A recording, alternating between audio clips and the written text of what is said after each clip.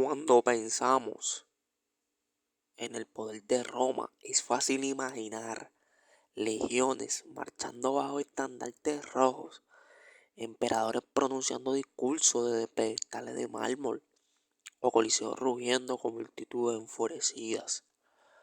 Pero detrás de esas imágenes grandiosas había hombres que moldearon el destino del mayor imperio de la antigüedad.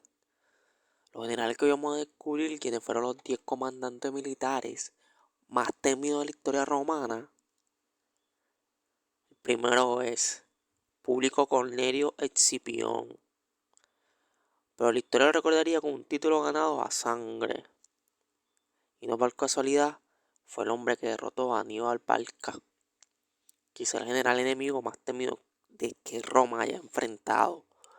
Durante la Segunda Guerra Púnica, Roma estaba desesperada. Aníbal había cruzado los Alpes con elefantes de guerra, había devastado el ejército romano y amenazaba directamente la capital. Pero Escipión no intentó enfrentarlo cara a cara. En suelo italiano hizo algo más audaz. Llevó la guerra hasta Cartago, obligando a Aníbal a abandonar Italia para defender su ciudad natal. La batalla decisiva ocurrió en el año 202 a.C. en Sama. Ahí Escipión demostró por qué es considerado uno de los más grandes estrategas de todos los tiempos. Estudió las tácticas de Aníbal, adaptó sus propias formaciones y sobre todo neutralizó la mayor ventaja cartaginesa. Los elefantes de guerra, usando espacio entre sus líneas, permitió que los elefantes pasaran sin causar daño entre los soldados. Luego, con sonido de trompetas y gritos coordinados, desorientó a los animales, haciendo que se volvieran contra sus propias filas. Cuando comenzó el combate cuerpo a cuerpo, la infantería romana, disciplinada y bien posicionada, aplastó las fuerzas cartaginesas. Aníbal fue derrotado. Esa victoria marcó el inicio del dominio romano sobre el Mediterráneo occidental. Escipión no solo ganó una batalla, salvó a Roma del colapso y sembró las semillas de su futura expansión en la península ibérica. Cayo Mario provenía de Alpino, una ciudad de interior, lejos de la élite senatorial. Aún así, ascendió por mérito propio en el campo de batalla, pero su legado va mucho más allá de las victorias militares. Hasta su época, solo los propietarios de tierra podían alistarse en el ejército romano. Mario rompió con esa tradición. Una de las reformas más revolucionarias de la historia militar, permitió que los ciudadanos sin propiedades, los capataces en sí, se unieran a las legiones. Hombres que antes no tenían nada, ahora recibían entrenamiento, equipo y sobre todo, una promesa: tierras a cambio de servicio militar. Este nuevo modelo creó un ejército más profesional, más disciplinado, pero también más leal al general que los lideraba que al propio senado romano. Era el inicio de una tendencia peligrosa en el campo. Mario fue implacable, luchó contra los númidas en África y más notablemente enfrentó a las amenazantes tribus germánicas, los teutones y los cimbrios. Estas tribus habían humillado legiones enteras y marchaban rumbo a Italia. Mario las interceptó y las aniquiló. Se estima que mató a más de 100.000 enemigos, fueron abatidos bajo su mando. Por esta hazaña fue elegido cónsul nada más que 7 veces, un récord sin precedentes, pero en su creciente poder generó tensiones en Roma, especialmente con un ambicioso rival político que años después transformaría esa tensión en una guerra abierta.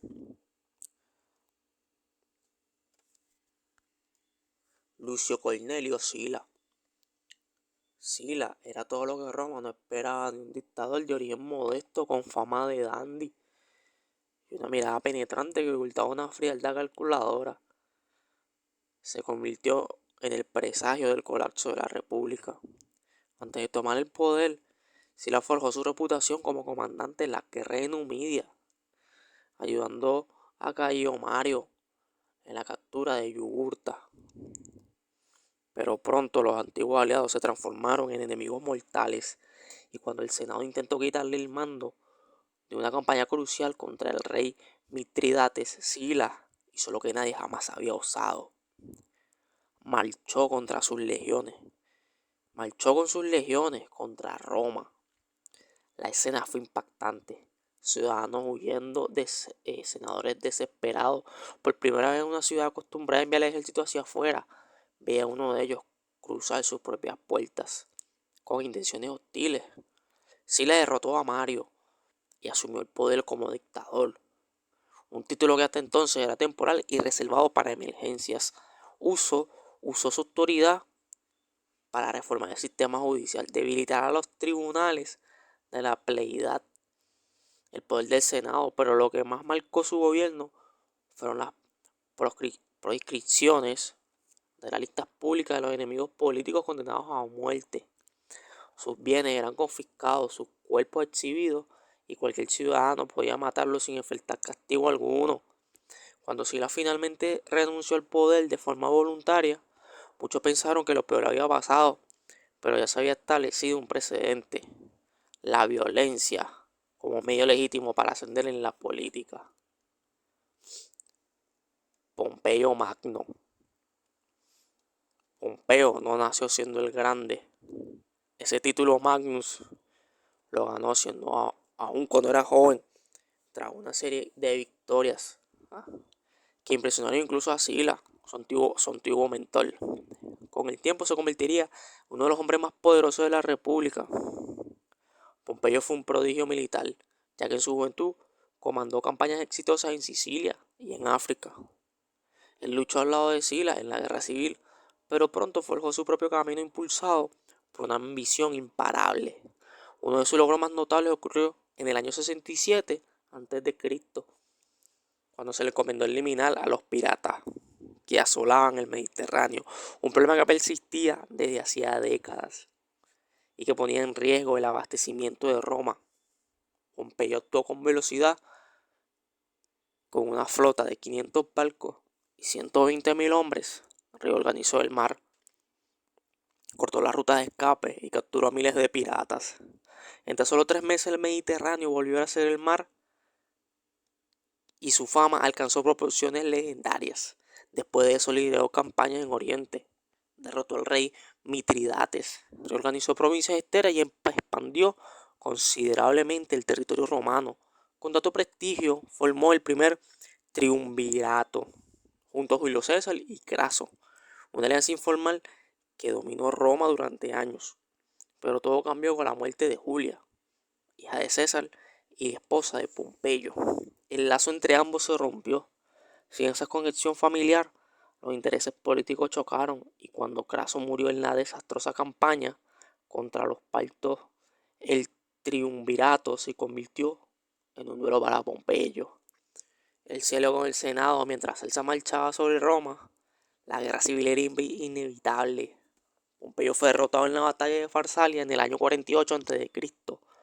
y huyó a Egipto en busca de refugio, pero lo que encontró fue una traición. Asesinado por orden de los egipcios en un intento por agradar a César, su cuerpo fue entregado como un regalo, pero al verlo, el propio César lloró, aunque igual estaba muerto, pero con él también moría.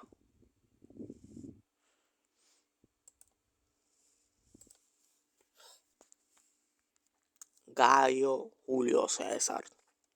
César no solo fue un comandante militar, fue una fuerza de la naturaleza que redibujó la política romana, conquistó vastos territorios y al final pagó el precio por desafiar todas las convenciones. Su ascenso comenzó en la política, pero fue en el campo de batalla donde se inmortalizó. Entre los años 58 y 50 a.C., César lideró las campañas de Galía. Con un ejército leal enfrentó a decenas de tribus, cruzó bosques y ríos traicioneros y derrotó al famoso líder Vercingetorix, cercando su ciudad en Alesia con un sistema de fortificaciones dobles por dentro y por fuera. Era una combinación perfecta de ingeniería militar y brutalidad estratégica. Al conquistar la Galía, César no solo triplicó el territorio bajo control romano, sino que también se volvió increíblemente rico y popular entre sus soldados. Y el pueblo, el Senado y en especial Pompeyo vieron esto como una amenaza. Cuando se le ordenó disolver su ejército y regresar a Roma como un civil, tomó una decisión que pasaría a la historia. Cruzó el río Rubicón con sus legiones, un acto ilegal equivalente a declarar la guerra. La suerte estaba echada. Habría dicho así, comenzaba una nueva guerra civil. César derrotó a Pompeyo en Farsalía, persiguió a sus enemigos hasta Egipto, se involucró con Cleopatra y continuó su campaña por Oriente.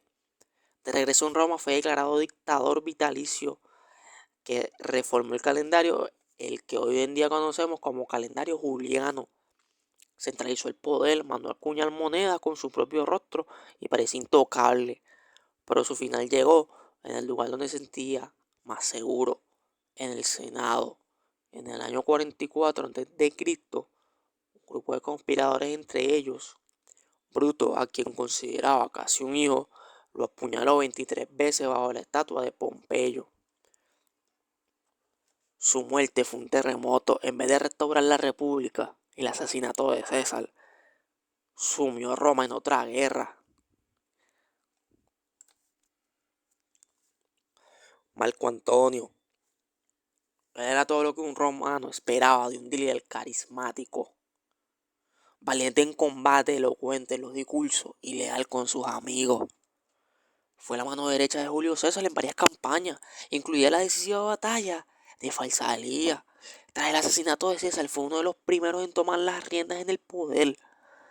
La escena en la que se presenta el testamento de César al pueblo encendido a las masas contra los conspiradores sigue siendo una de las jugadas políticas más poderosas de la historia romana.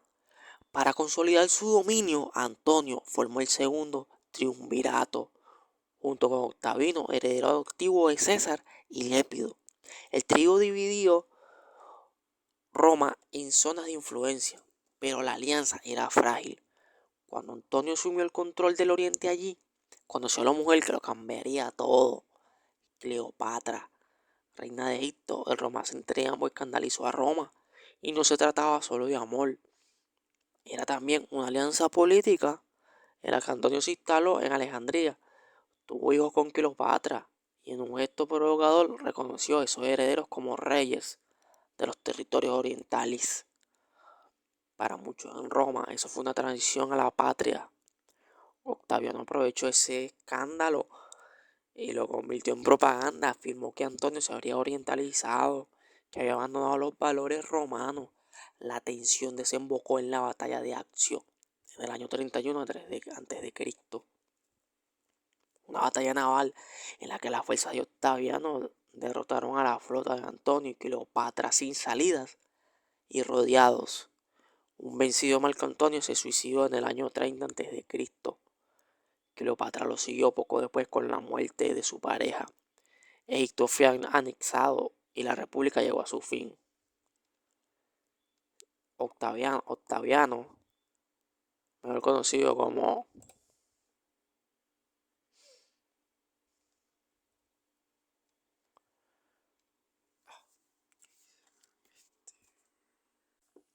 si Octaviano se convirtió en el primer emperador de Roma, fue Agripa quien lo hizo victorioso.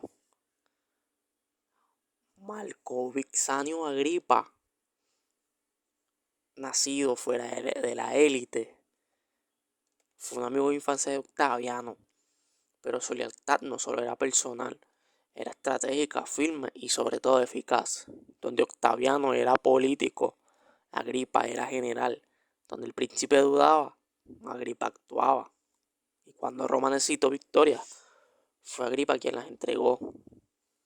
Su mayor triunfo llegó en la ya mencionada batalla de Accio, mientras Antonio y Cleopatra confiaban en el prestigio y la pasión. Agripa planeó con precisión, cortando suministros, aisló al enemigo y comandó personalmente la flota victoriosa con una maniobra naval audaz. Obligó a los egipcios a retroceder y aseguró la victoria de Octaviano. Pero su contribución no terminó ahí. Agripa fue el encargado de reorganizar el ejército. y construir una Roma más funcional. Mejoró los acueductos, drenó pantanos, construyó baños públicos y quizás su legado más visible es que levantó el panteón original. Fue un comandante de guerra, sí, pero también fue un ingeniero de la paz. En campañas en el norte de Hispania y los Balcanes consolidó fronteras y aseguró la estabilidad del recién formado imperio. Nunca usó el título de emperador, aunque pudo haberlo hecho, nunca traicionó a Octaviano. Aunque tenía poder para ello, en cambio se casó con la hija de Octaviano y fue nombrado heredero político antes de morir. Cuando murió repentinamente de una gripe, fue quizás el ejemplo más claro de que la gloria en Roma no siempre venía del trono, sino de la sombra detrás del alto carismático y brillante en el campo de batalla, Germanicus Julio César. El alto, carismático y brillante parecía destinado a la grandeza, sobrino de Tiberio, nieto de Marco Antonio, adoptado como heredero del trono. Era el símbolo de una nueva generación imperial, joven, virtuoso, querido por las tropas y admirado por toda Roma. Pero su fama no vino solo de la sangre, vino de la espada. Después del trauma de la batalla del bosque de Teutoburgo, donde 3 legiones romanas fueron masacradas por tribus germánicas, lideradas por Arminio, Roma clamaba por venganza. Fue Germánico quien tomó esa misión, comandado campañas en reincurso los bosques traicioneros de Germania, desafiando a los propios dioses del lugar y en uno de los episodios más simbólicos de su carrera. Encontró los huesos de sus legionarios caídos en Teutoburgo. Ordenó enterrarlos con honores militares, reavivando el espíritu romano, y luego vino el contraataque en el año 16 dentro de Cristo. En la batalla del río Weser, Germánico enfrentó al ejército de Arminio en un campo abierto con tácticas ágiles, aprovechó la fuerza de las legiones y la superioridad de su caballería para infligir grandes pérdidas al enemigo. A pesar de su victoria, en su carrera fue abruptamente interrumpida. Le convocaron un regreso a Roma por orden de Tiberio. Germánico murió poco tiempo después en circunstancias sospechosas. Durante una misión diplomática en Oriente, muchos creyeron que fue envenenado. El imperio lloró su muerte. Aún así, su legado sobrevivió. Su hijo Calígula y su sobrino bisnieto Nerón heredaron el trono, aunque con destino mucho más oscuro. Gnaeus Julius Agrícola, quizás no tenga el nombre más famoso, pero sus acciones resonaron en los campos brumosos de Britania, un territorio remoto, hostil y resistente al dominio de Roma. Nacido en una familia prestigiosa, Agrícola ascendió de forma gradual, formándose como un administrador riguroso y un estratega brillante. Cuando fue nombrado gobernador de Britania en el año 77, gran parte de la isla seguía sin ser dominada. Las tribus locales ofrecían una resistencia feroz y los romanos apenas controlaban el sur. Agrícola cambió esa realidad durante 7 años de campaña casi ininterrumpidas. Expandió el dominio romano mucho más allá de las fronteras anteriores. Construyó fuertes, fortalezas y caminos, no solo para movilizar tropas, sino para proyectar la autoridad de Roma. Estableció rutas militares directas, centros administrativos y promovió la romanización de forma sutil, integrando a las élites locales en la cultura romana. Pero Agrícola no solo era un político, era un soldado. Condujo sus tropas hacia el norte en dirección a lo que hoy conocemos como Escocia y derrotó a los caledonios.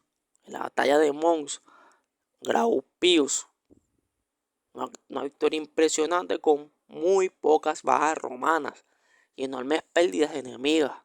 Fue también bajo su mando que mediante expediciones navales se confirmó que Britania era efectivamente una isla, un detalle geográfico que Roma aún no conocía con certeza.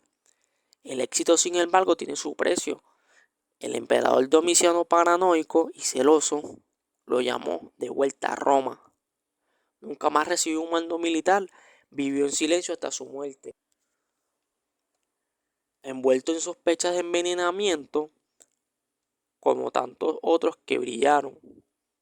Demasiado bajo, emperador inseguro,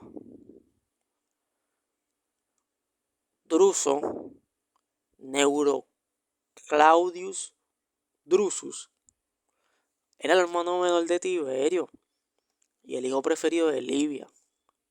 Esposa de Augusto, y a diferencia de muchos nobles romanos, no heredó su fama, la ganó en el campo de batalla, liderando campañas audaces que empujaron las fronteras. Más allá del río Rin joven, ambicioso y extremadamente popular entre los soldados, Druso fue encargado de una de las tareas más complejas del naciente imperio: someter a las tribus germánicas, y no retrocedió en la dificultosa tarea. Entre los años 2 y 9 a.C. dirigió múltiples campañas hacia el interior germano. Conquistó a las tribus pestes, tenterios y sugambros, extendiendo la presencia romana hasta los ríos Ver y Elba, regiones que hasta entonces ningún general romano había osado de explorar tan profundamente. Pero no solo fue por fuerza que Druso se ganó el respeto. Era admirado por su sentido de la justicia, por compartir los peligros con sus hombres y por ser un comandante presente, que marchaba, comía y acampaba junto a sus legiones. Ese vínculo personal con los soldados se volvería parte esencial de su leyenda.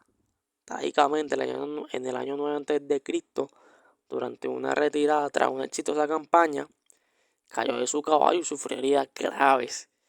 Murió poco después, con solo 29 años, en la cima de su fama. La pérdida fue sentida en toda Roma. Augusto lloró. Tiberio, su hermano, cabalgó durante días para estar presente en sus últimos momentos. En su honor, Druso recibió monumentos funerarios y homenajes póstumos. Y más aún, su título, Hermanicus, fue